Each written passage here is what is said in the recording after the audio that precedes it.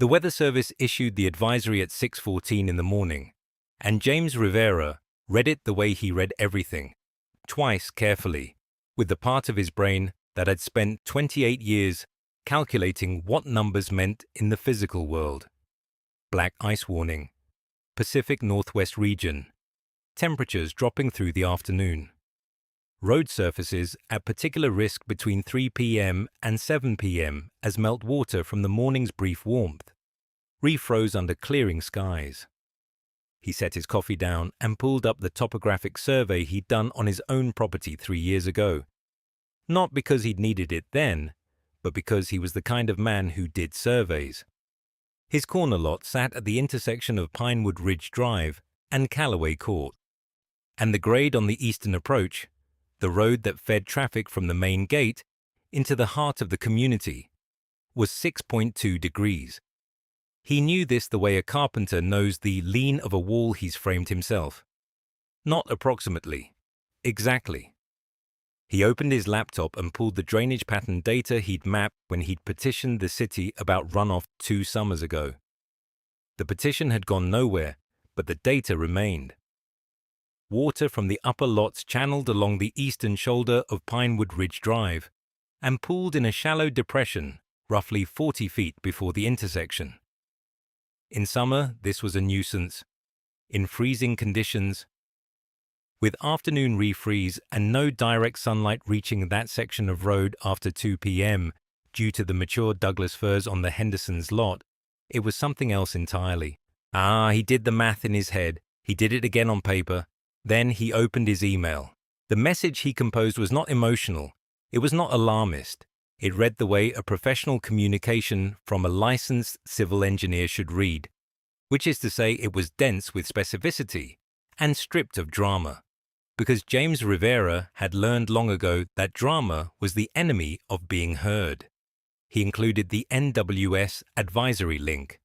He included the grade measurement. He included the drainage pattern analysis with a reference to the city petition file number, so anyone who wanted to verify his data could do so in under 10 minutes. He noted the precise location of the expected ice formation, the time window of highest risk, and offered 2 recommendations. Either contact the city to request priority salting on the eastern approach, or issue a resident advisory suggesting reduced speeds and alternative routing through the western gate during the 3 to 7 p.m. window. He addressed it to the HOA board of Pinewood Ridge Estates, all 5 members, whose email addresses were listed in the community directory, and he sent it at 8:47 a.m. Then he drove to his office, because he had work to do. Pinewood Ridge Estates was not a grand community. It occupied 43 acres in a suburb that had been farmland 20 years ago, and was now the kind of place where people bought houses to feel like they'd arrived somewhere, even if they weren't entirely sure where that somewhere was. The homes were nice, 4-bedroom colonials and craftsman bungalows priced between $450,000 and $700,000, and the HOA existed, as most HOAs do, lest to protect the investment by enforcing the appearance of order. Lawn heights, fence colors, holiday decoration timelines, the machinery of aesthetic governance. James had bought his corner lot 11 years ago, before the HOA had formally incorporated. This was a fact he knew and had never considered particularly important. His property predated the HOA's legal existence by 7 years, a detail buried in the founding documents that he'd read once during closing and filed away in the mental cabinet, where he kept things that seemed unlikely to matter. He paid his HOA dues. He attended the occasional meeting. He kept his lawn at the prescribed height, and his fence the prescribed color, and his mailbox at the prescribed distance from the property line, or close enough that no one had ever said anything. He was not a man who looked for fights. He was a man who looked for problems before they became emergencies, which is a different thing entirely, and which the HOA board of Pinewood Ridge Estates was about to demonstrate it could not distinguish between. Karen Sutherland had been president of the HOA board for 4 years. She had run unopposed for the last 2 terms, which she interpreted as a mandate and which was more accurately a reflection of the fact that nobody else wanted the job. She was 58, recently retired from a career in hospital administration, and she had brought to the HOA the particular energy of someone who had spent decades managing complex institutions and now found herself managing a community newsletter and a dispute about whether the Garcias' basketball hoop violated the recreational equipment ordinance. That the scope had shrunk. The intensity had not. She was not a villain in the way that word implies self-awareness. She did not think of herself as someone who wielded power carelessly. She thought of herself as someone who maintained standards, and she had learned, in hospitals, in boardrooms, in every institution she'd ever served, that standards only held if you enforced them consistently and without sentiment. Sentiment was how standards eroded. Sentiment was how you ended up with basketball hoops and unsanctioned warning emails from residents who thought their professional credentials entitled them to bypass proper channels. She read James's email at 9:23 a.m. She read it once. Then she forwarded it to the other 4 board members with a subject line she typed quickly and without particular malice, the way you say something cutting under your breath without quite realizing you've said it aloud. Engineer Rivera thinks he runs the weather now. Her official response to James arrived in his inbox at 10:11 a.m. It was 3 paragraphs. The first paragraph acknowledged receipt of his email. The second explained correctly that road maintenance in Pinewood Ridge Estates was the jurisdiction of the City Public Works Department, and that the HOA had neither the authority nor the obligation to salt community roads or issue traffic advisories.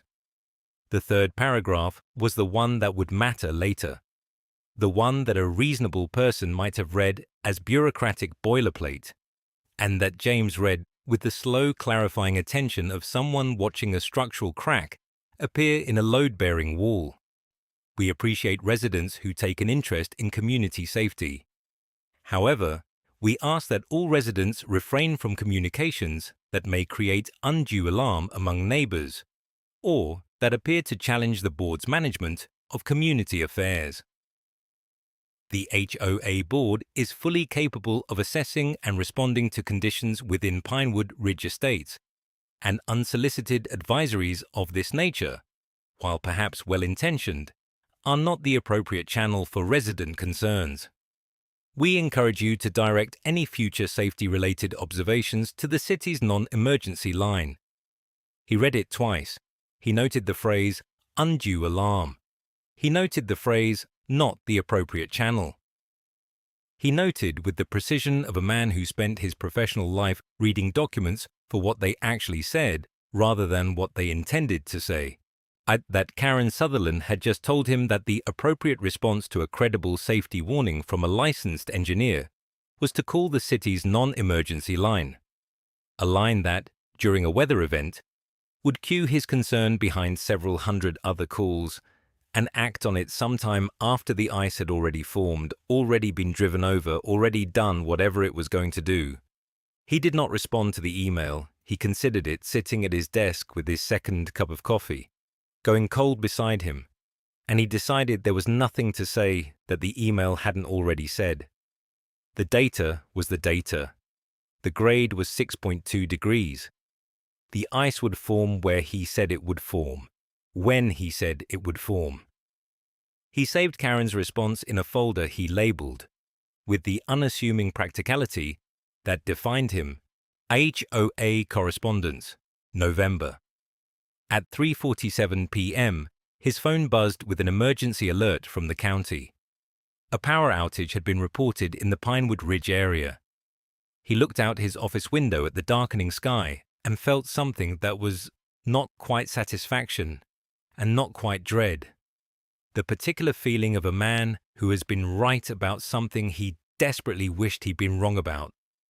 He would learn the details later, the way you learn the details of things that happen while you're somewhere else, from the neighbor who called, from the emergency services report he'd eventually obtain, from the incident summary that would become, in the months ahead, the most important document in his life. Karen Sutherland had left the community center at 3:41 p.m.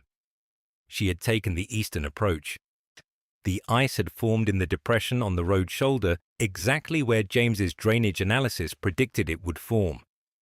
Her Lexus had hit it at a speed the incident report would diplomatically describe as inconsistent with posted advisory conditions, and she had slid across the shoulder and into a power pole with enough force to fracture her collarbone, break 3 ribs, and put her in the hospital for 4 days. She survived. The pole did not survive intact. The power went out for 6 hours across 11 homes. The incident report noted, in the flat language of official documentation, icy road conditions.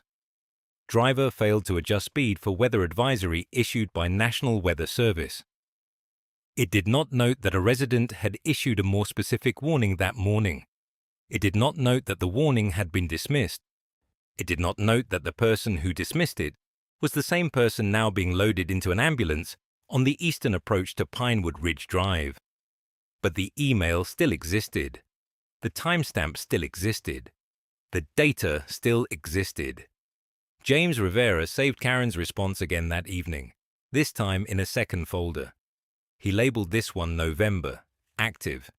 He didn't know yet what he was building. He only knew, with the bone-deep certainty of a man who had spent his career reading structures for hidden stress, that something had just shifted inside the load-bearing walls of Pinewood Ridge Estates, and that the crack, once started, would be very difficult to stop. The violation notice arrived on a Thursday, which James would later think was deliberate. Not Monday, when you have a full week to respond with clarity. Not Friday, when the weekend might soften the blow. Thursday, when the work week has already ground you down and the weekend is close enough to feel like escape, but far enough to feel like abandonment. Thursday was a bureaucrat's weapon. It came in a cream-colored envelope with the Pinewood Ridge Estates HOA seal embossed in the upper left corner. A little pine tree inside a circle, the kind of logo a graphic design student produces in 40 minutes, and a homeowners association adopts with the solemnity of a national crest. James stood at his mailbox in the grey November afternoon and read the first paragraph twice before he understood what he was holding. The language was formal to the point of parody. Pursuant to Article 7, Section 12.4c of the Pinewood Ridge Estates Community Covenant and Governance Charter, the Board of Directors hereby notifies resident James A. Rivera of a formal violation of community standards. It went on for 3 pages. 3 pages to tell him that sending a weather warning email was a punishable offense. He went inside and sat at his kitchen table and read all 3 pages carefully, the way he read engineering specifications, looking for the load-bearing elements, the places where the structure either holds or fails. Section 12.4.c was the load-bearing element. It read, in its entirety, "No resident shall engage in communications, written or verbal, that create undue alarm among community members, undermine confidence in HOA governance, or constitute interference with the board's authority to manage community affairs." James read it again. Then he got up and made coffee, and not because he wanted coffee, but because he needed 30 seconds of mechanical activity before he said something out loud that no one was there to hear. The clause had been written, he would later learn, in 2009, during a dispute over a resident who had circulated a petition claiming the HOA's landscaping contractor was using pesticides that were killing neighborhood dogs. The clause had been the board's response, not to investigate the pesticide claim, but to silence the resident making it. It had never been formally invoked since. It had simply sat in the charter like a loaded weapon in a drawer, waiting for someone to decide the situation warranted it. Karen Sutherland had decided. The violation notice demanded 2 things. First, that James issue a written retraction of his November warning email, Barter acknowledging that the email had been alarmist, professionally inappropriate, and outside the scope of his role as a community resident. Second, that he submit a written apology to the HOA board and to the community newsletter, expressing regret for undermining board authority during a period of community stress. He had 14 days to comply. Failure to comply would result in escalated enforcement action, up to and including the filing of a property lien. He called Susan Chen that evening. Susan Chen had been practicing property and community law for 22 years, and she had the particular quality of stillness that comes from having watched a great many people walk into her office convinced they were facing something unprecedented, and recognizing in almost every case the familiar architecture of something she had seen before. She listened to James read the violation notice aloud over the phone without interrupting. When he finished, there was a brief silence. "They invoked 12.4.c, she said. "You know it." "I know the type. Every HOA charter drafted between 2005 and 2012 has some version of it. They called it different things. Community harmony clauses, governance integrity provisions, same animal." She paused. "They're scared, James. This isn't confidence. This is a board that got a call from their insurance carrier and decided the best defense was a good offense. They want me to apologize for being right. They want you to create a paper trail that suggests you were wrong. There's a difference." Her voice was precise without being cold. "If you retract that email, you've handed them documentation that your warning was unfounded. That's not just about your dignity. That's potentially material to their insurance defense. They need your retraction more than they're letting on." James looked at the violation notice on his kitchen table. The pine tree seal looked back at him, serene and institutional. "I'm not retracting it," he said. "I know," Susan said. "So let's talk about what comes next." What came next was a 14-day silence from James, which the HOA interpreted as capitulation in progress, and James understood as preparation. He spent those 2 weeks doing what he did professionally, gathering data, building a documented record, constructing the kind of evidentiary foundation that doesn't collapse under pressure because it was never built on assumption. He printed every email in the chain. He obtained the official National Weather Service advisory for November 14th, timestamped at 6:42 a.m., predicting black ice conditions for the region between 3 p.m. and 7 p.m.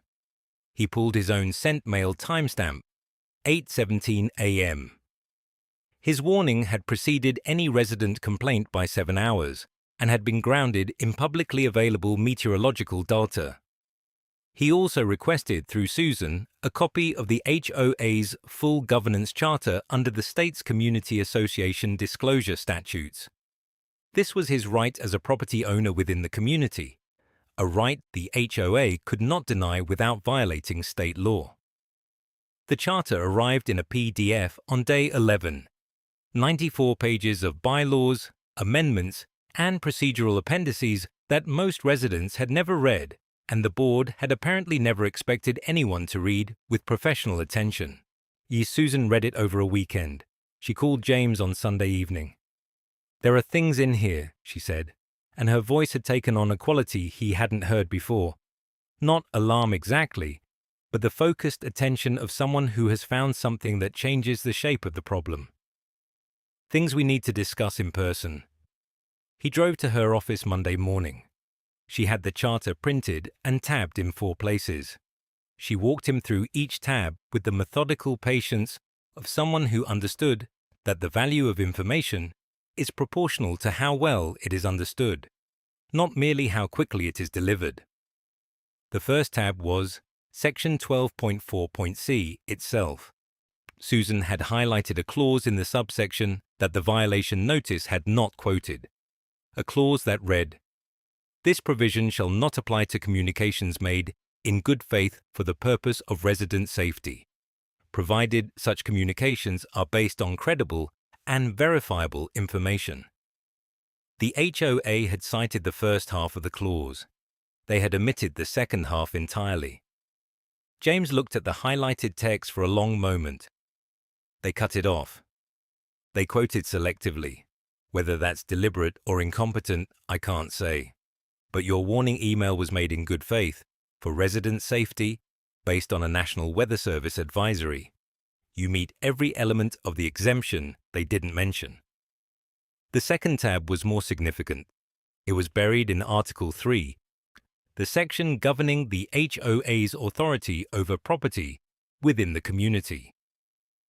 A subsection, 3.7.b, specified that HOA enforcement authority, including the power to file liens, applied only to properties that had been incorporated into the community association at the time of the residents' purchase agreement, or that had formally opted into the community covenant through a recorded deed amendment.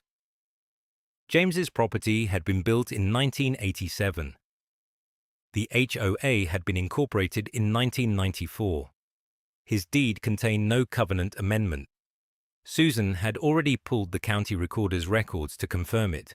Your property predates the HOA by 7 years, Susan said, and there is no recorded instrument, no deed amendment, no covenant attachment, nothing that formally binds your property to their enforcement authority. The room was very quiet. They can't fine me, James said.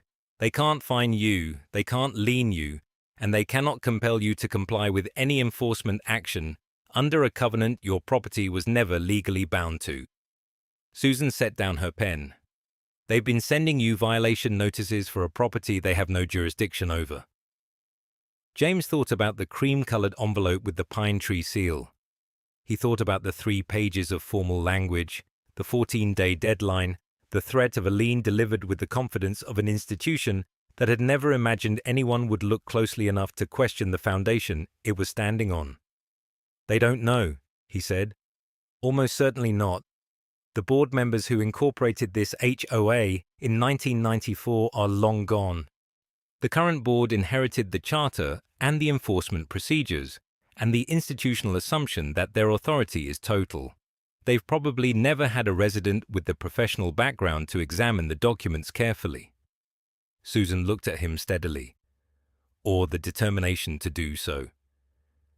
There was a word for what James felt in that moment, but it wasn't triumph. Triumph implies ease, implies a moment of clean reversal.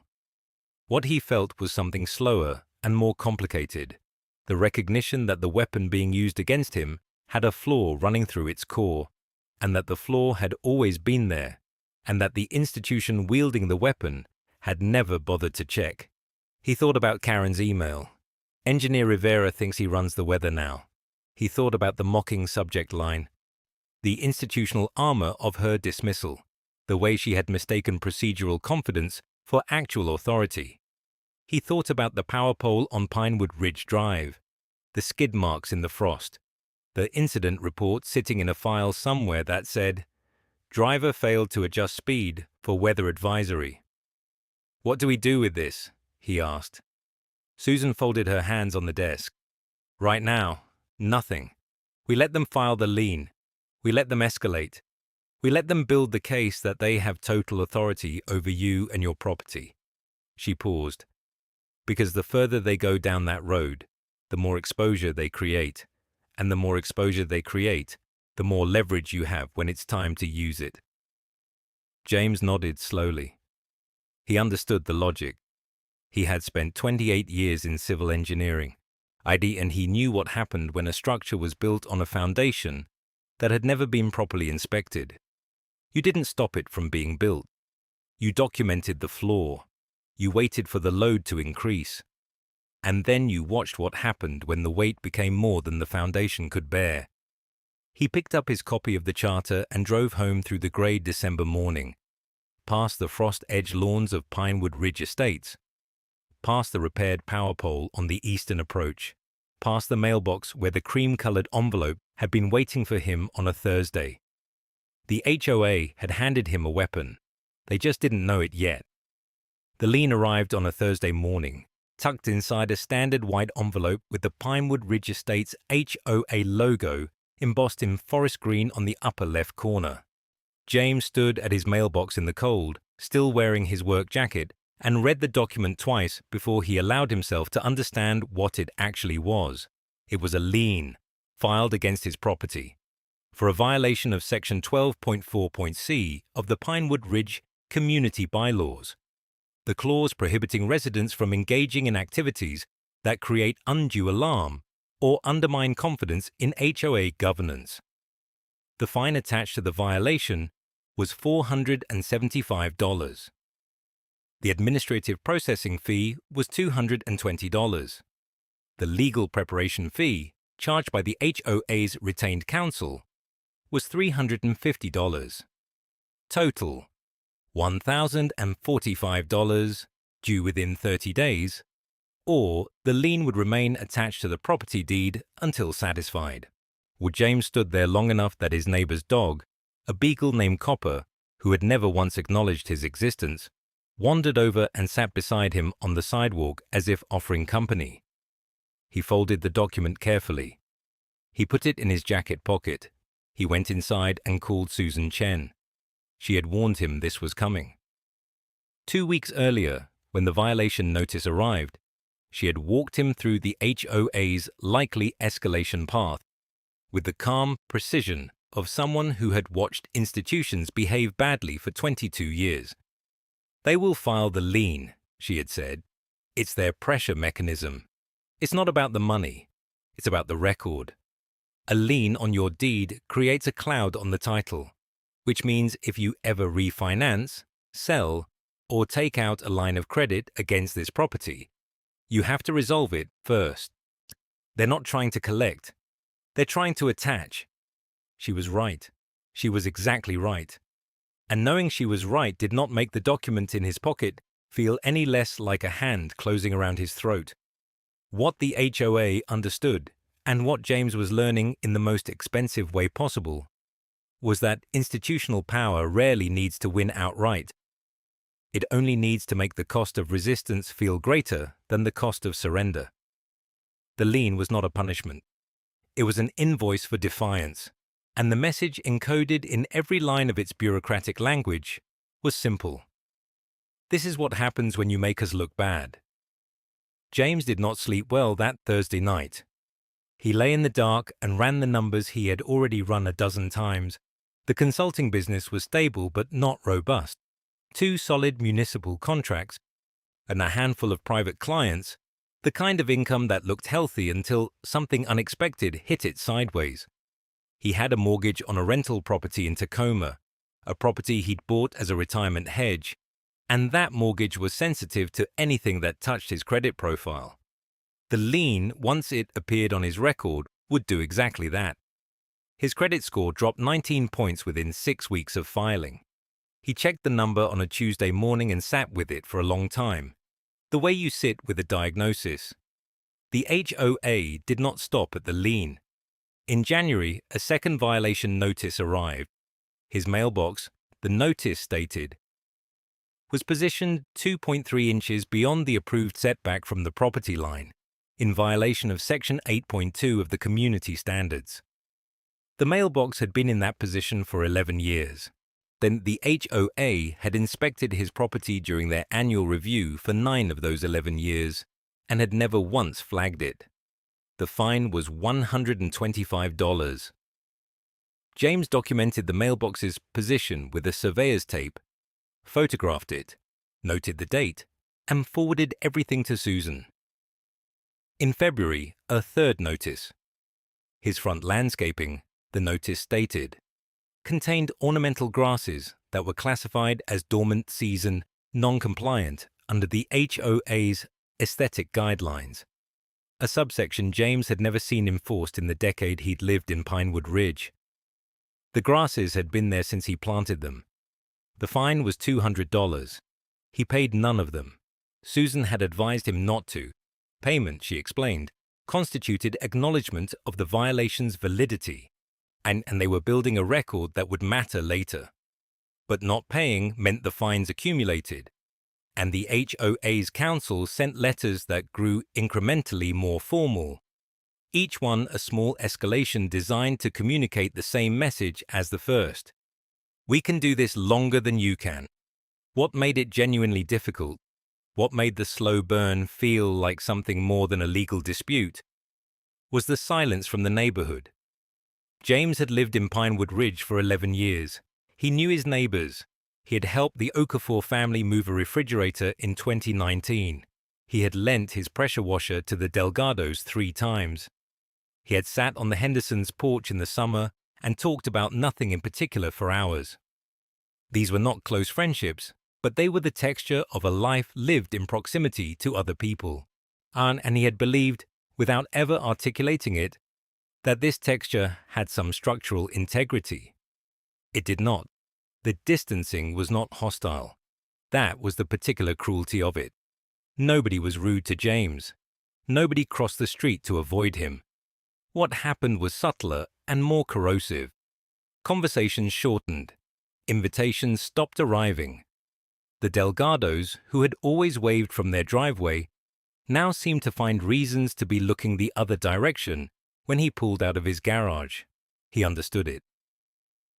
The HOA controlled the newsletter, the community Facebook group, the agenda of every meeting where neighborhood concerns were aired.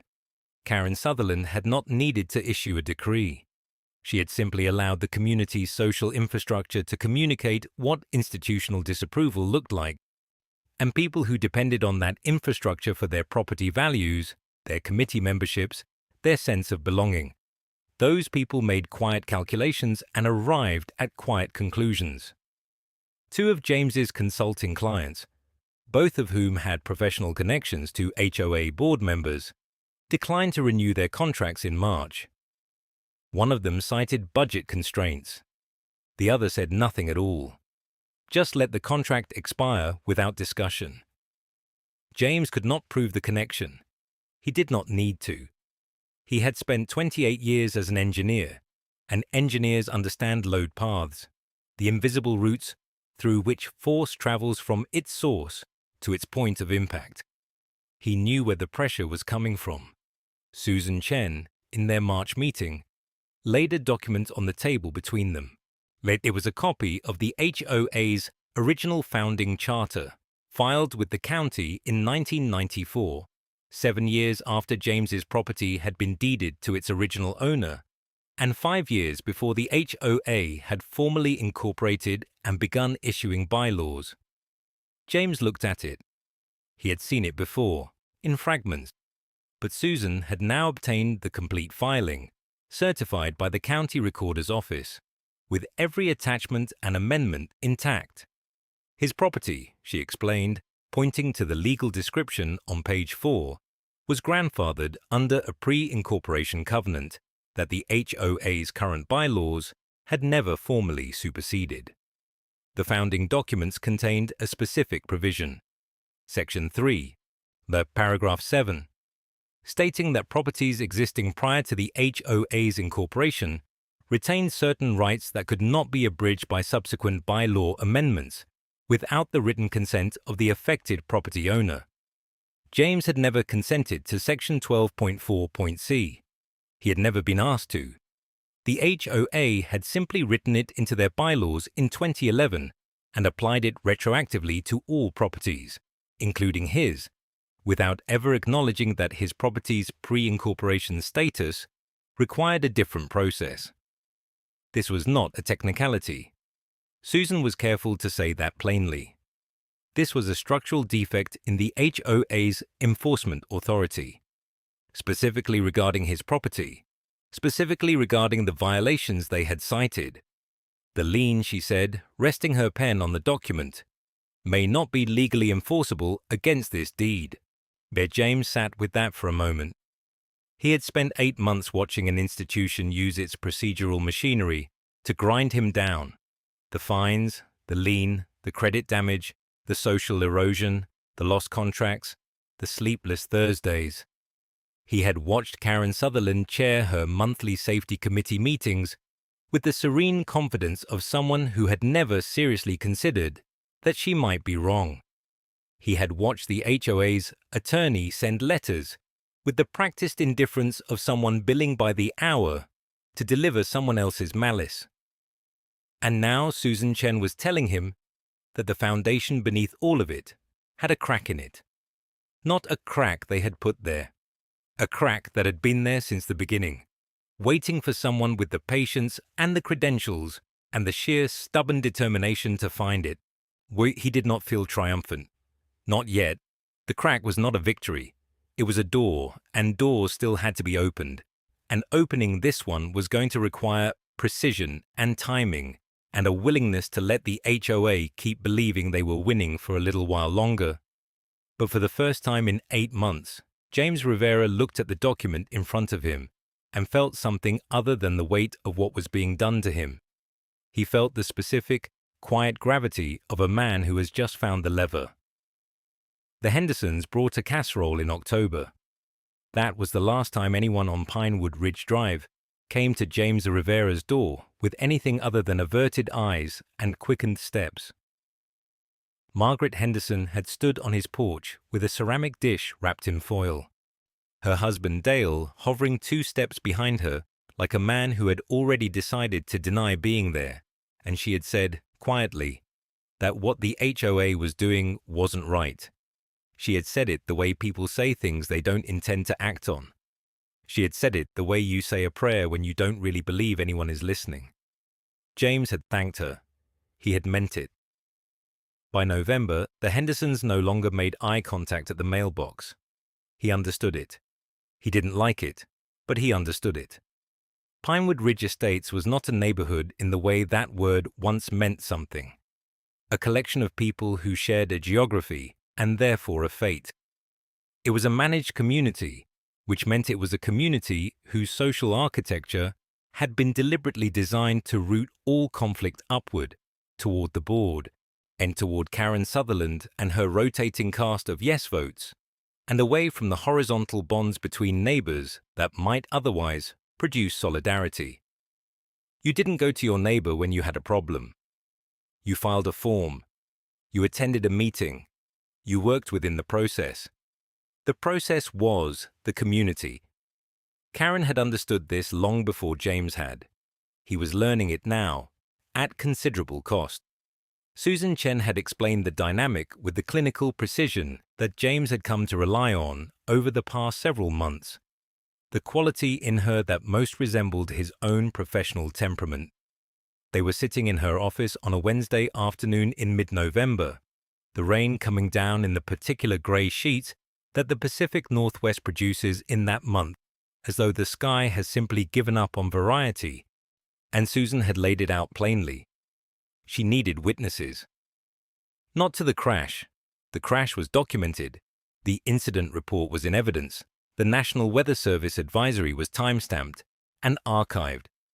What she needed were witnesses to the pattern, to the escalation, to the fact that the HOA's enforcement campaign against James had begun not before Karen's accident, not as a coincidence, but in the specific 72-hour window after the insurance company had opened its liability inquiry. That sequence was everything. That sequence was the difference between an HOA exercising its legitimate, if aggressive, enforcement authority and an HOA engaged in retaliatory action designed to discredit a resident whose credibility had become a financial threat to the board. James had given her a list of 11 names, and neighbors who had witnessed various pieces of the 8-month campaign. Dale Henderson, who had been at the October board meeting when Karen had introduced the new Community Standards Compliance Initiative, and who had, in that moment, looked directly at James with an expression that contained both recognition and apology. Priya Anand from the cul-de-sac, who had told James in September that she'd received a phone call from a board member suggesting that the upcoming street repaving assessment might be expedited for certain properties if residents remained cooperative with board decisions. Tom Kowalski, who had been present when the HOA's property manager had cited James's mailbox placement, 2 inches, 2 inches, with the kind of meticulous satisfaction that only makes sense when the measurement is a weapon rather than a standard. Susan had contacted all 11. 7 had not returned her calls. 2 had returned her calls to say they didn't want to get involved. 1 had said, specifically, that he had a variance request pending before the board and couldn't afford to antagonize anyone right now, and he had said this without apparent embarrassment, which James found more dispiriting than the refusal itself. Dale Henderson had spoken to Susan for 22 minutes, confirmed everything she asked him about, and then said he needed to think about whether he was willing to put any of it in writing. He had not called back. James sat across from Susan and looked at the rain and felt the particular exhaustion of a man who has been right about something for long enough that being right has stopped feeling like an advantage. "They're not bad people," he said. No, Susan agreed. "They're frightened people. There's a difference, but it doesn't help us right now." What helped them, Susan explained, was that witnesses were not the only path. They were the preferred path.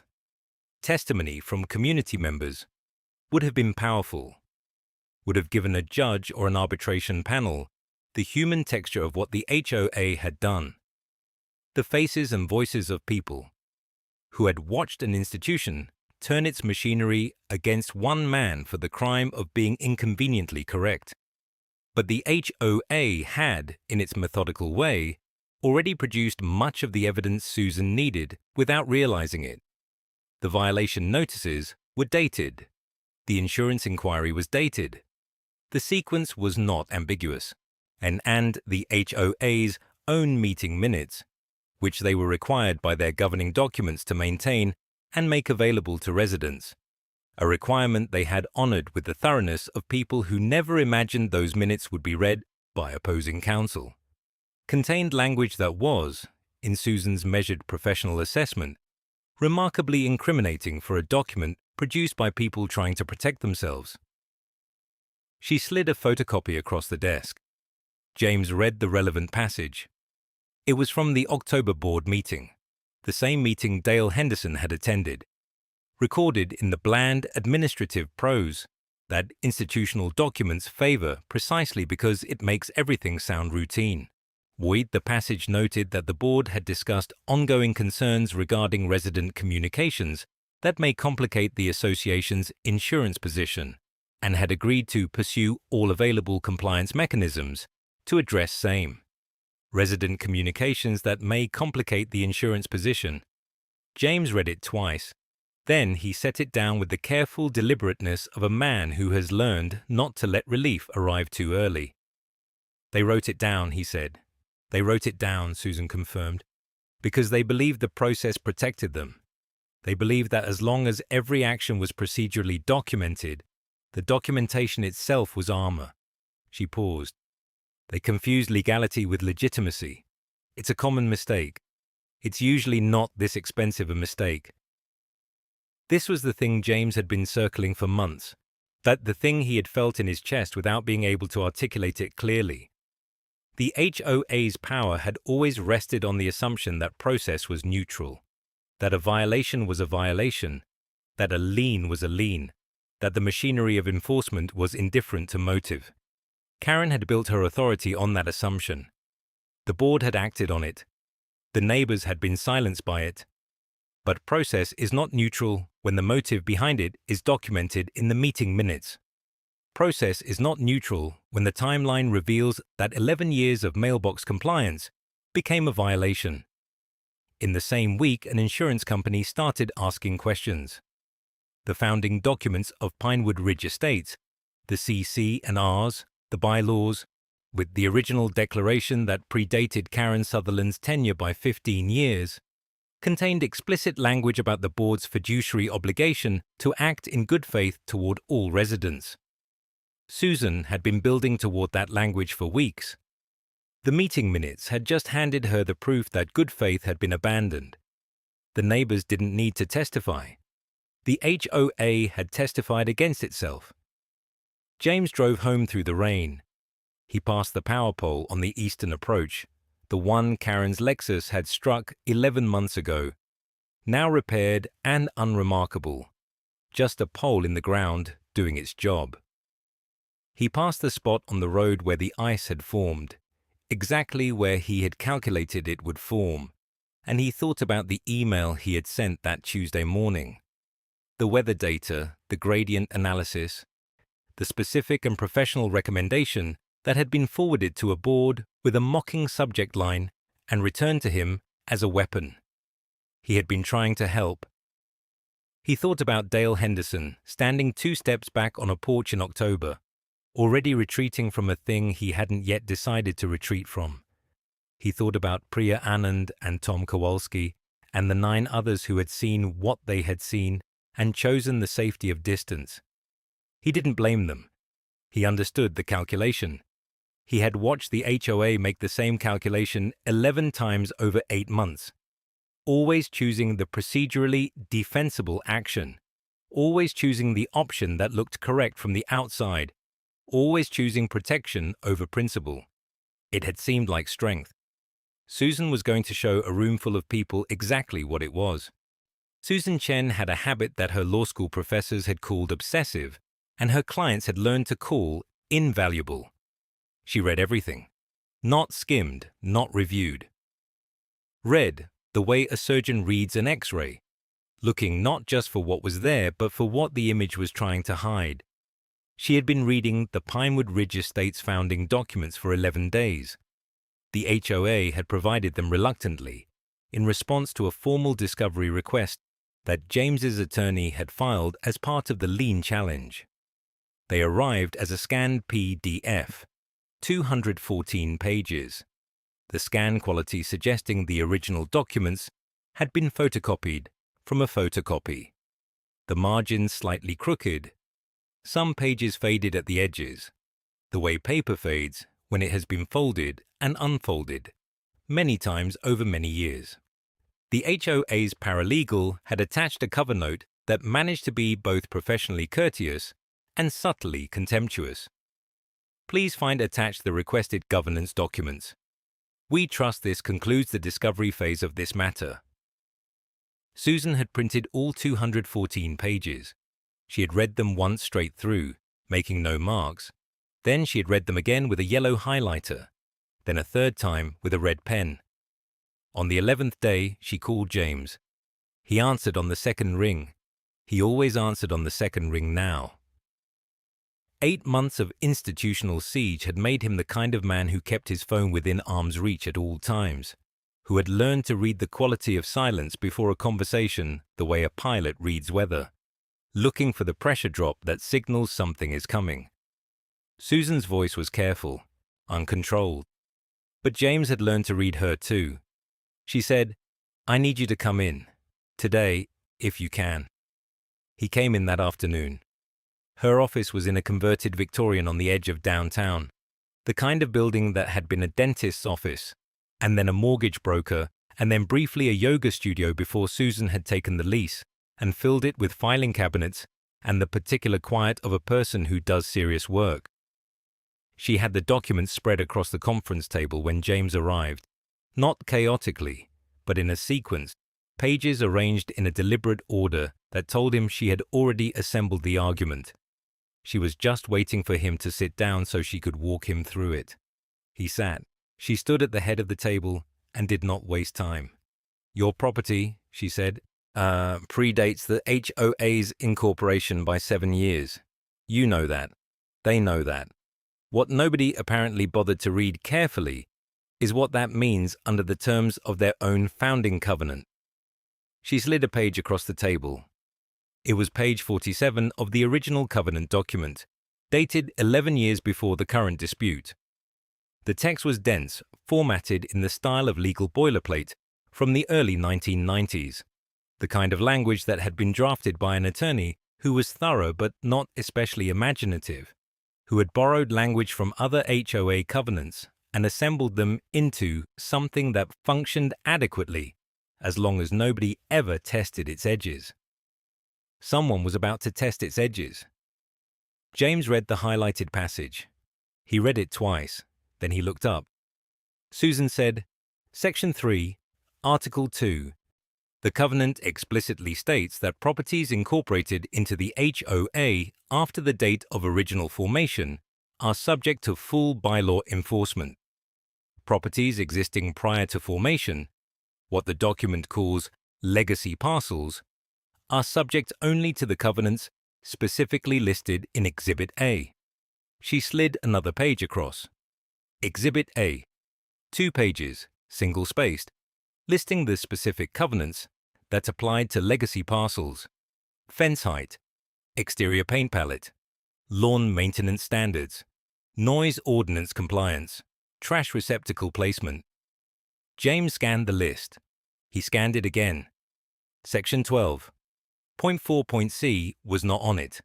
That the bylaw they had used to issue his violation notice, the bylaw that prohibited residents from engaging in activities that created undue alarm or undermined community confidence in HOA governance, the bylaw that had been the legal foundation for the violation, the formal demand for retraction, the threat of lien, the lien itself, was not listed in Exhibit A. It had never applied to him. Not on the day Karen sent her dismissive reply. Not on the day the violation notice arrived in his mailbox. Not on the day the lien was filed against a property he had owned outright for 19 years. Not on any of the 247 days that had passed since the HOA's board had decided that the most efficient way to manage their liability exposure was to destroy the credibility of the man who had tried to warn them. James set the page down. He was quiet for a moment, in the way that people are quiet when something large shifts inside them. Not the silence of shock, but the silence of recalibration. Of a man who has been carrying a weight so long he had forgotten what it felt like to stand upright, suddenly understanding that the weight was never his to carry. He said, "They knew this." Susan sat down across from him. "I don't know if they knew. I think it's more likely they never checked. The board has been operating for years on the assumption that the bylaws apply uniformly to every property in the community. That assumption was never challenged, so it was never examined. When they went after you, they pulled Section 12.4.c off the shelf because it was the tool that fit the job. Nobody went back to the founding documents to verify it applied to your parcel. Their attorney didn't catch it. Their attorney is a generalist who handles HOA disputes the way a plumber handles a leaky faucet. He fixes the immediate problem without inspecting the whole system. He looked at the bylaw, confirmed it existed, confirmed the board had followed the enforcement procedure correctly, and advised them they were on solid ground. She paused. He was wrong. James looked at the document spread across the table. 214 pages. 11 days of reading. The answer had been on page 47 the entire time, buried in language that was designed to be comprehensive. That had succeeded at appearing comprehensive, and that had failed at actually being read. He thought about the lien, and about the 2 contracts his consulting business had lost, about the neighbors who had stopped making eye contact at the mailbox, about the Community Safety Committee that met monthly in the community center, while Karen Sutherland sat at the head of the table and managed the narrative of a dispute she had created by refusing to read a weather advisory from a civil engineer. He thought about the morning he had sent that email, the care he had taken with it, the atmospheric data, the road gradient calculations, the specific recommendation.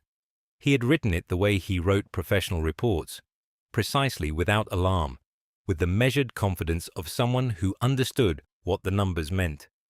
He had sent it because it was the right thing to do, because people could have been warned, because a 6-degree slope feeding onto the community's main thoroughfare was going to be a sheet of glass by 4 o'clock, and someone needed to say so. He had been right. He had been punished for being right, and the punishment had been built on a legal foundation that did not exist. Susan said, "There's more." He waited. She pulled another page from the sequence on the table. This one was from the HOA's own board minutes, not the founding documents, but the operational records from 6 years ago, when the current board had been newly constituted and had conducted what they called a governance review. They did an internal review of their enforcement procedures in 2018, Susan said. The minutes reference a legal memo they commissioned. The memo was supposed to clarify which bylaws applied to which categories of property. She tapped the page. The memo is referenced but never quoted. It was not included in the documents they provided in discovery.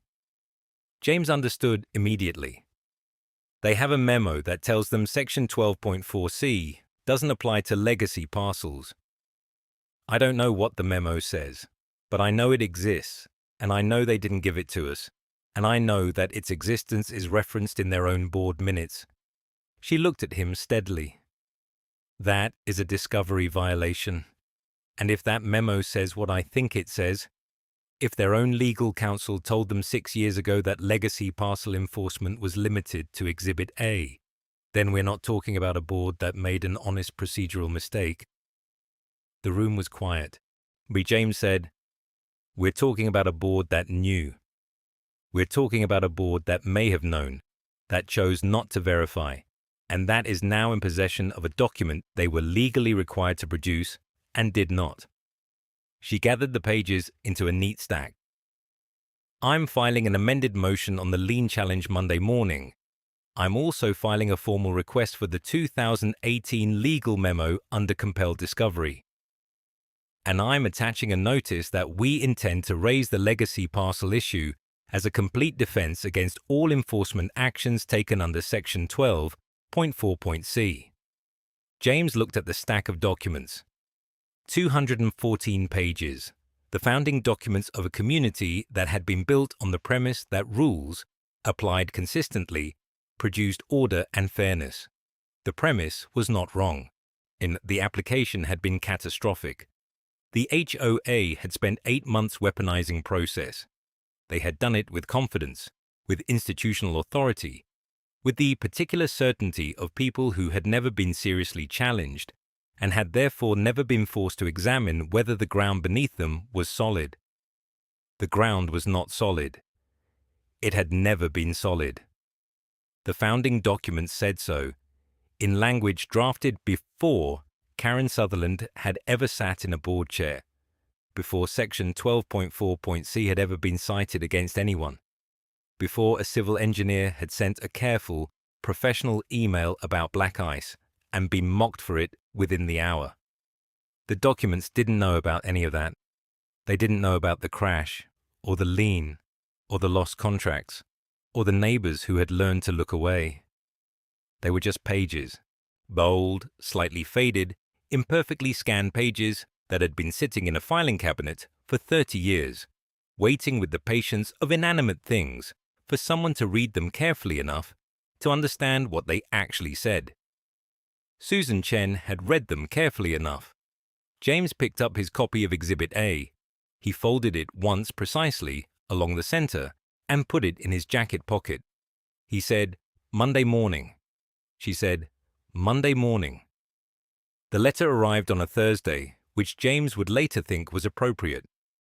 Thursdays being the kind of day that belongs to no one, that carries no ceremony, that simply exists between the weight of the week and the relief of its end.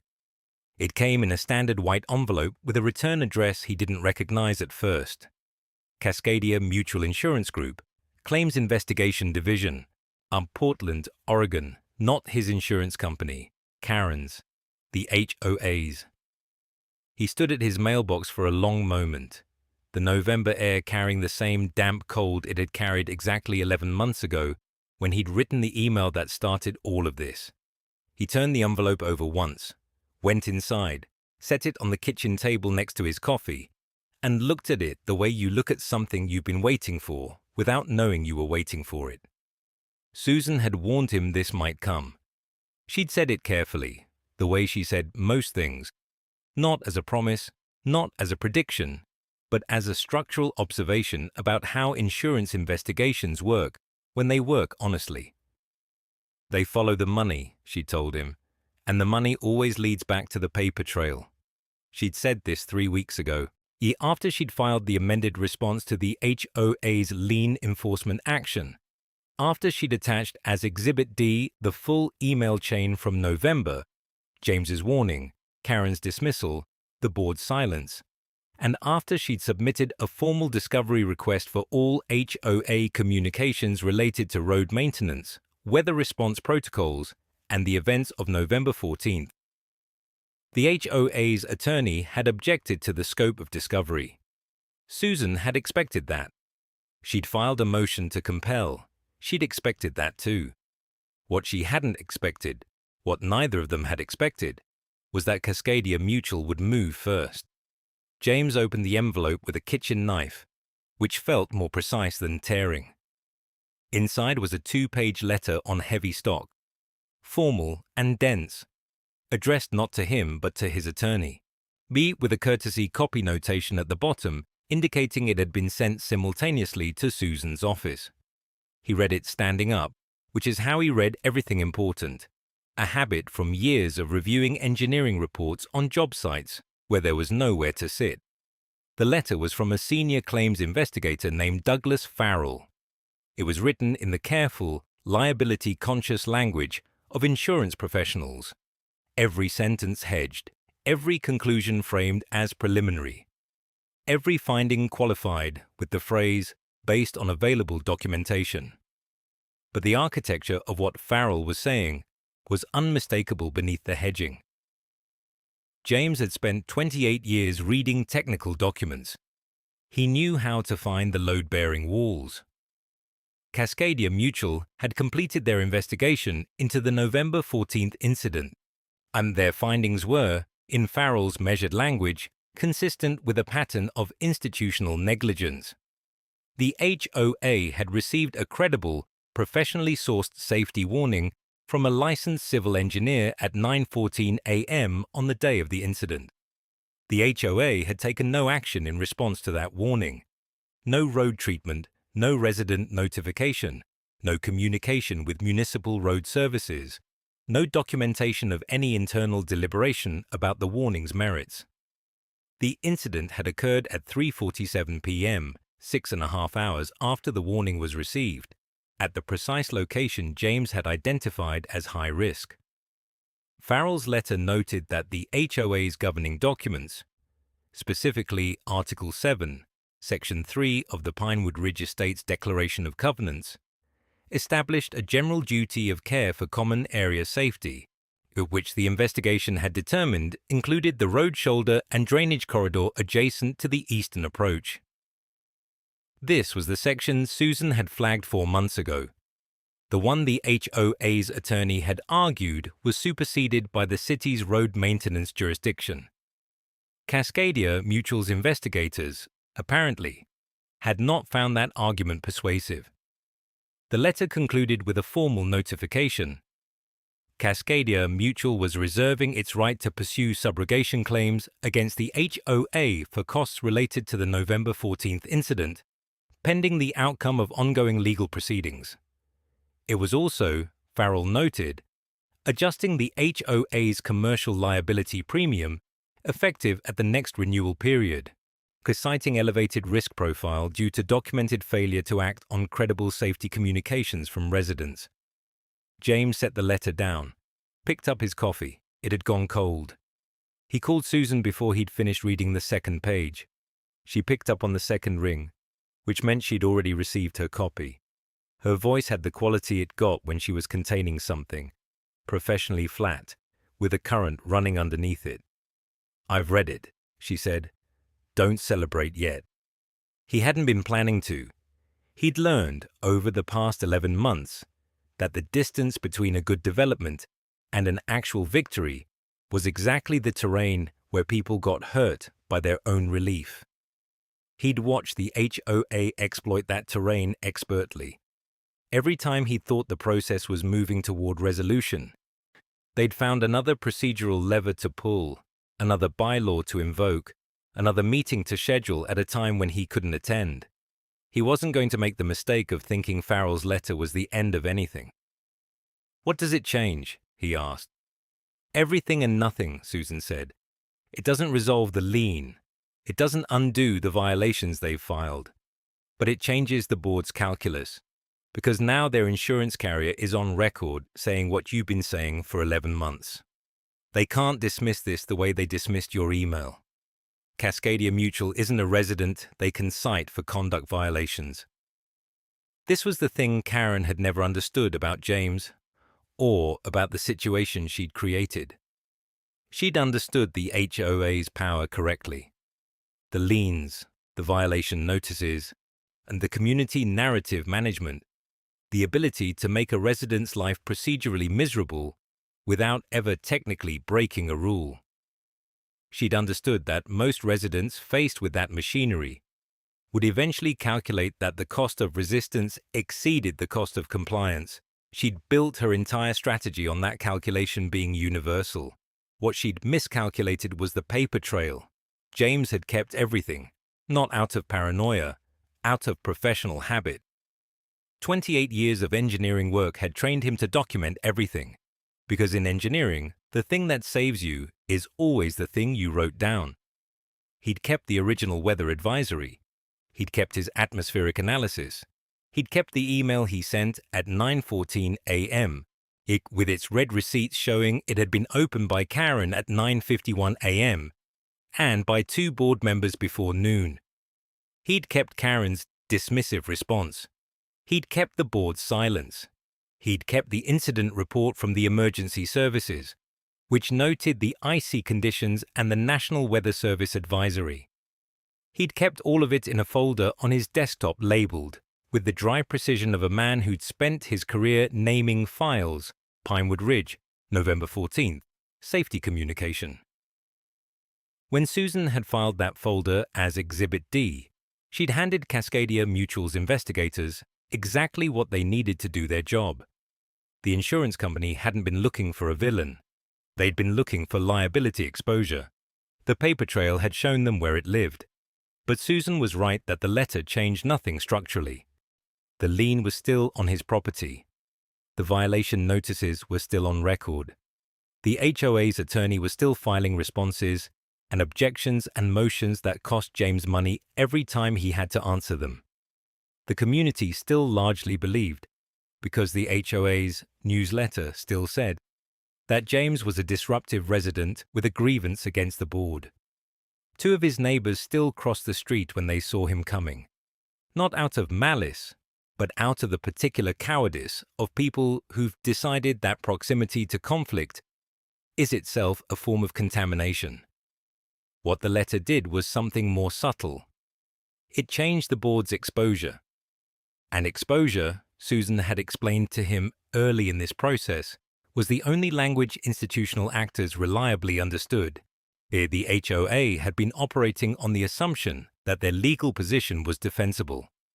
Their attorney had told them, James was almost certain of this, based on the pattern of their filings, that the lien and the violation notices were procedurally sound, that James's counterclaims were unlikely to survive a motion to dismiss, and that the insurance investigation was a separate matter that wouldn't affect their enforcement actions against him.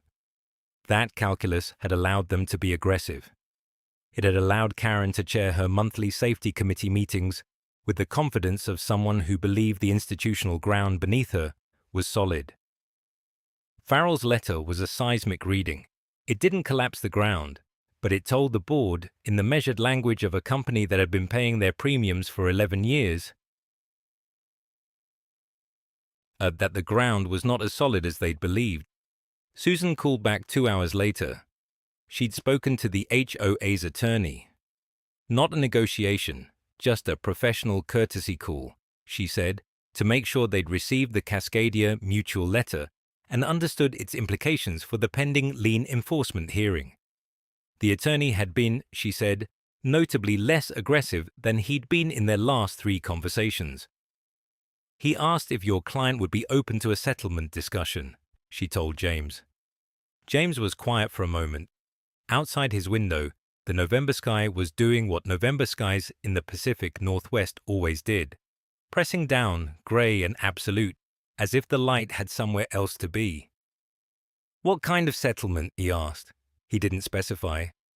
I told him we'd consider any written proposal that addressed the lien, the violation record, and the reputational harm to your business. He said he'd need to consult with the board. Karen, James said. The board, Susan said carefully. Yes. He thought about Karen's email from 11 months ago. The subject line she'd written when she forwarded his warning to the board. Engineer Rivera thinks he runs the weather now. He thought about the fractured collarbone, the 3 broken ribs, the Lexus wrapped around a power pole at the exact location he'd identified 6.5 hours before it happened. He thought about the lien on his property, the clients he'd lost, the neighbors who crossed the street, the 11 months of procedural warfare conducted by an institution that had mistaken its own processes for righteousness. He thought about what Susan had told him very early in all of this, when he'd asked her whether the founding documents gave him any real protection or just theoretical protection. The difference between theoretical and real, she'd said, is whether you're willing to make them prove every single thing they claim. Most people aren't. You are. That's your leverage. He'd been making them prove it for 11 months. The insurance company had just confirmed what the proving had uncovered. Tell him, James said, that we'll review any written proposal. But the lien comes off first. That's not a negotiating position. That's a precondition. Susan said she'd relay it. She said the hearing was still scheduled for 3 weeks out, and they'd proceed as planned unless the board came back with something serious. And she said, and here her voice lost its professional flatness for just a moment, just long enough for him to hear what was underneath it. James, this is moving. It's actually moving now. He thanked her and hung up. He picked up Farrell's letter again and read it through a second time, slowly, the way he read things that mattered. Outside, the November sky pressed down. The cold was coming again. He'd predicted that too. The notice arrived on a Thursday, printed on HOA letterhead with the gold Pinewood Ridge. Estate seal embossed at the top like a medal no one had earned. Special session of the Board of Directors.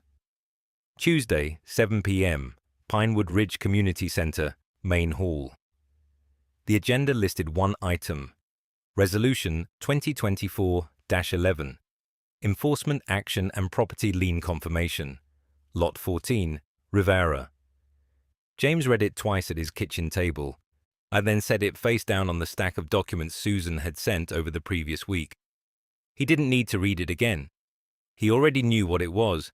It was the closing of a door they believed only they could open. He called Susan at 7:15 that same evening. She picked up on the second ring. He could hear papers moving on her end, the particular rustling of someone who had been expecting this call. They're going to vote to confirm the lien, he said, not a question. That's what they're planning, she said. And they're going to do it publicly, in front of the community, because they want the optics. They want neighbors to see the board acting decisively. They want you to either not show up, which lets them frame it as uncontested, or show up and look like a man fighting a losing battle in front of people he has to live next to. And if I bring the founding documents? There was a pause. Not hesitation. Susan Chen did not hesitate. It was the pause of a person choosing precision over speed. Then we bring them, she said. But James, I need you to understand something. The moment we lay those documents on that table, we are not asking them to reconsider. We are closing the trap. There is no version of Tuesday night where they walk away from this looking reasonable. You need to be prepared for what that means in a community where you still have to collect your mail every morning. He looked out the window at the street. The power pole at the corner of Pinewood Ridge Drive had been replaced in December, the new wood still pale against the older infrastructure around it. He looked at it for a long moment. I've been prepared, he said, since the day she laughed. The community center's main hall held approximately 90 people when full. On Tuesday evening, it held 63, which James knew because he counted them as he walked in at 6:52, 8 minutes before the session opened. He recognized most of them. The Pattersons from the cul-de-sac, the Nguyens, who had quietly slipped a handwritten note under his door 2 weeks earlier that said only we know what they're doing, the Delgados, who had not spoken to him since October, and who now sat in the third row with their arms folded and their eyes fixed on the front of the room. May Karen Sutherland sat at the center of the board table on a raised platform at the room's far end. She wore a blazer the color of slate and her reading glasses on a chain around her neck, and she had the composed, forward-facing posture of someone who had rehearsed this moment. To her left sat Board Treasurer Paul Whitmore, who had never once made eye contact with James in 8 months of proceedings. To her right sat Donna Fields, the secretary, whose job tonight was to record the minutes of a vote that the board had already decided 3 days ago in a phone call Susan had subsequently obtained through a public records request, because the HOA, and this was the detail that mattered, the detail that had taken Susan 4 months of methodical document review to establish. The HOA had incorporated as a non-profit entity under state law, which meant their board communications were subject to disclosure requirements they had never once complied with. James sat in the second row. Susan sat beside him. She had a leather portfolio on her lap, and she did not open it. Karen called the session to order at 7:03. She read the agenda item in a voice calibrated for authority. Not loud, but projected. The voice of someone accustomed to rooms that quieted when she spoke. She summarized the board's position in 4 minutes. James Rivera of Lot 14 had violated Section 12.4c of the Community Bylaws by distributing communications designed to undermine resident confidence in HOA governance. He had refused to retract those communications or issue the requested written apology. The board had followed all prescribed enforcement procedures. Say the lien filed against Lot 14 was consistent with the HOA's governing documents and its fiduciary responsibility to the community. She then opened the floor for resident comment, a procedural requirement. She expected silence or perhaps 1 or 2 voices of support from the people she had personally called the previous weekend. James stood. He did not raise his hand. He simply stood, and the room shifted its attention to him, with the particular gravity of a crowd that has been waiting for something without knowing it was waiting. He spoke for 6 minutes. He did not raise his voice. He did not use the word unfair once, because Susan had advised him that the word unfair made people feel like they were watching a grievance. And he was not here to perform a grievance. He was here to present a record. He described the founding documents, not in abstract terms, in specific ones. Article 4, Section 2 of the HOA's original incorporation charter, drafted in 1987 and never formally amended, stated explicitly that the association's enforcement authority applied exclusively to properties incorporated into the HOA at or after the date of its formation. His property, Lot 14, recorded with the county in 1980, predated the HOA's incorporation by 7 years. He had never signed a deed restriction covenant binding him to the HOA's bylaws.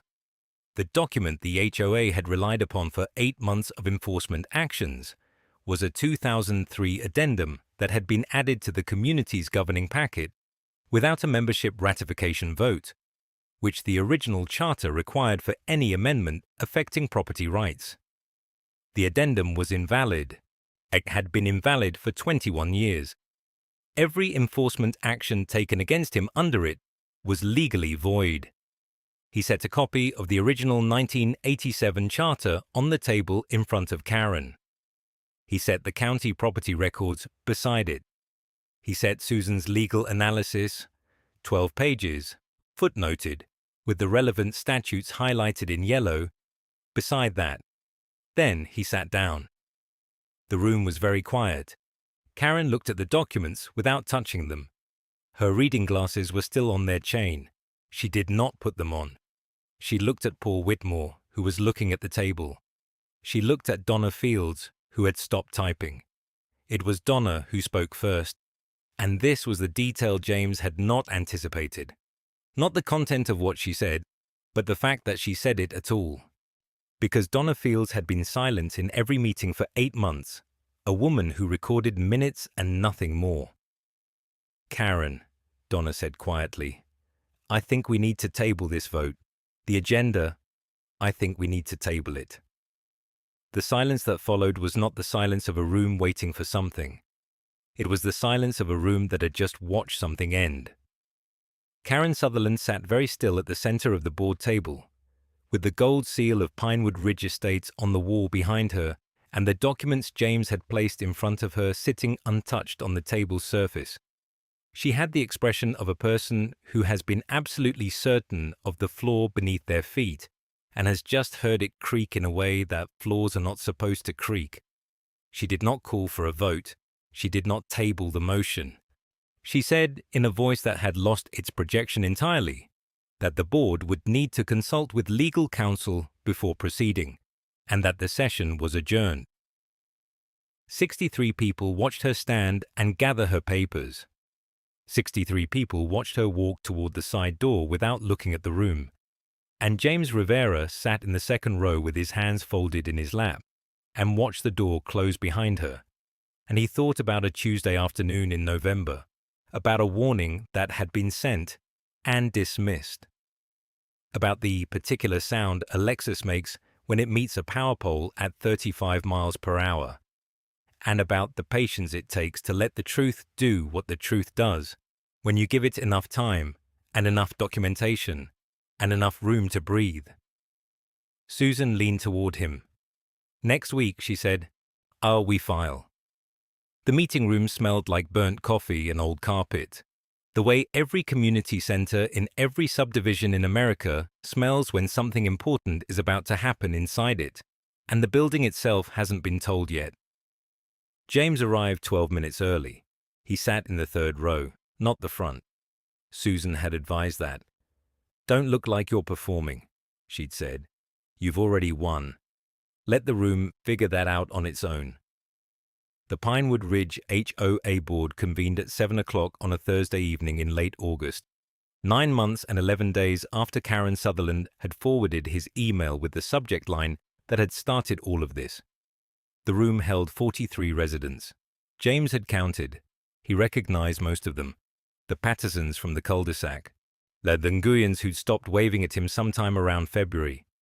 The older couple from the East End whose names he'd never learned, but whose mailbox was, he knew for a fact, 4 inches closer to the street than his own. Karen sat at the center of the board table. She had the posture of someone who had rehearsed composure and was now performing it under significant strain. Her collarbone had healed. Her authority, James knew, had not. The board's attorney, a man named Garrett Foss, who wore the expression of someone billing by the hour and deeply aware of it, sat to her left with a manila folder he kept touching but not opening. That folder, James knew, contained the settlement agreement. He had signed his copy 4 days ago in Susan's office, while she watched him with the quiet satisfaction of someone who had been right about something for a very long time. The agenda moved through its procedural motions with the practiced tedium of institutional ritual. Landscaping Committee report. Parking variance request from Unit 41. Budget amendment for the Community Center HVAC. James sat with his hands folded and watched Karen Sutherland not look at him. Then Garrett Foss opened the folder. He stood, which was unusual for a board meeting, and the room registered the strangeness of it, a small shift in posture from the assembled residents, a collective leaning in that nobody would have admitted to. What Foss read was not long. Legal language rarely needs to be when the facts have already done the work. He read that the Pinewood Ridge Estates Homeowners Association had, following a review of its enforcement actions taken between November of the prior year and July of the current year, determined that the violation notice issued to James Rivera under Section 12.4.c had been improperly applied. He read that the lien filed against Mr. Rivera's property had been released in full, effective the prior Friday, and that all associated credit reporting had been corrected. He read that the HOA had agreed to reimburse Mr. Rivera for documented legal fees in the amount of $14,260. He read that the HOA acknowledged Mr. Rivera's November warning email had constituted a legitimate and professionally credible safety communication, less than that no resident of Pinewood Ridge Estates should face enforcement action for providing accurate safety information to the board. He closed the folder. The room was very quiet. James had imagined this moment many times over the preceding 9 months, usually at 2 in the morning, when the weight of the lien and the lost contracts and the neighbors who'd stopped waving sat on his chest like something physical. He had imagined feeling triumphant. He had imagined feeling vindicated in some clean, cinematic way. The swelling of it, the release. What he actually felt was tired, profoundly, honestly tired. And underneath the tiredness, something smaller and more durable. The quiet satisfaction of a man who had refused to apologize for being correct. Karen Sutherland cleared her throat. This was the part that wasn't in the settlement agreement. This was the part Susan had told him might not happen at all, and that he should not expect, and that he should not need in order to consider this a victory. The legal outcome is complete, Susan had said. Anything else is just weather. But Karen had apparently decided, for reasons James would spend some time afterward trying to understand, that she needed to say it herself. She didn't stand. She spoke from her chair, which somehow made it more honest, less performance, more reckoning.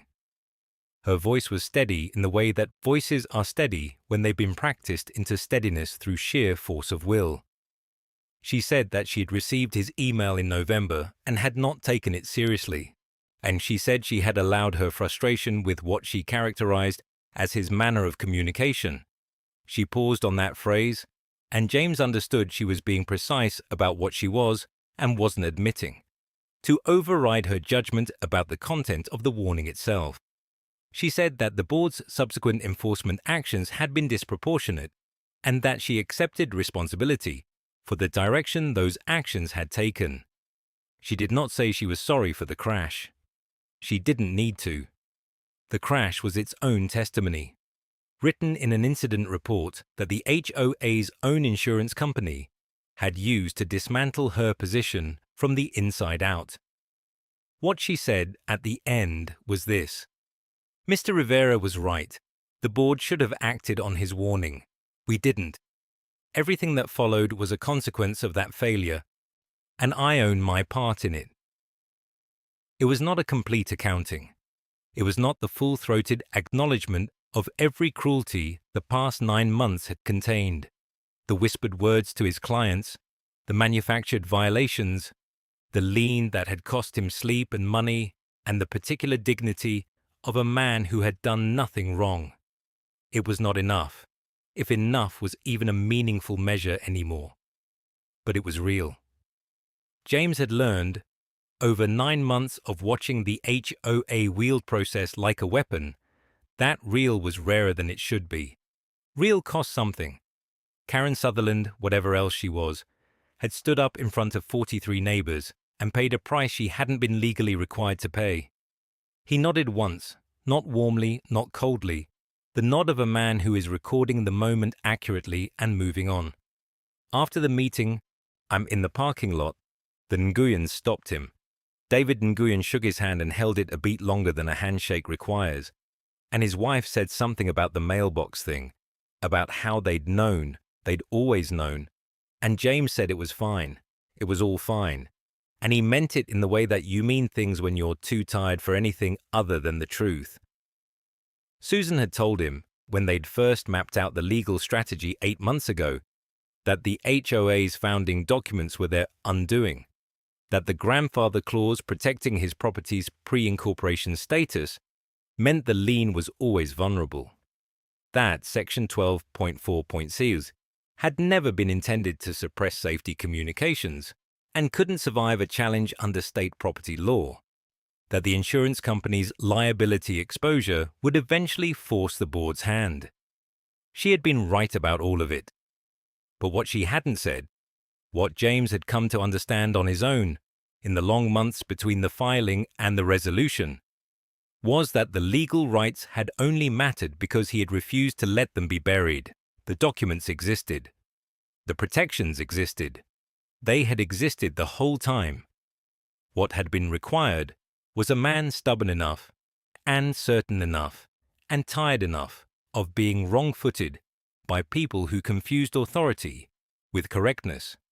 A man willing to hold the line until the system caught up with the truth he'd been carrying since November. He drove home on Pinewood Ridge Drive. He took the eastern approach. He drove it at the speed the conditions required, the way he always had, on the way he always would. The power pole had been replaced in December. It stood straight and unremarkable in the amber wash of the streetlight, indifferent to everything that had happened around it. James drove past it without stopping. He had nothing left to prove to a power pole.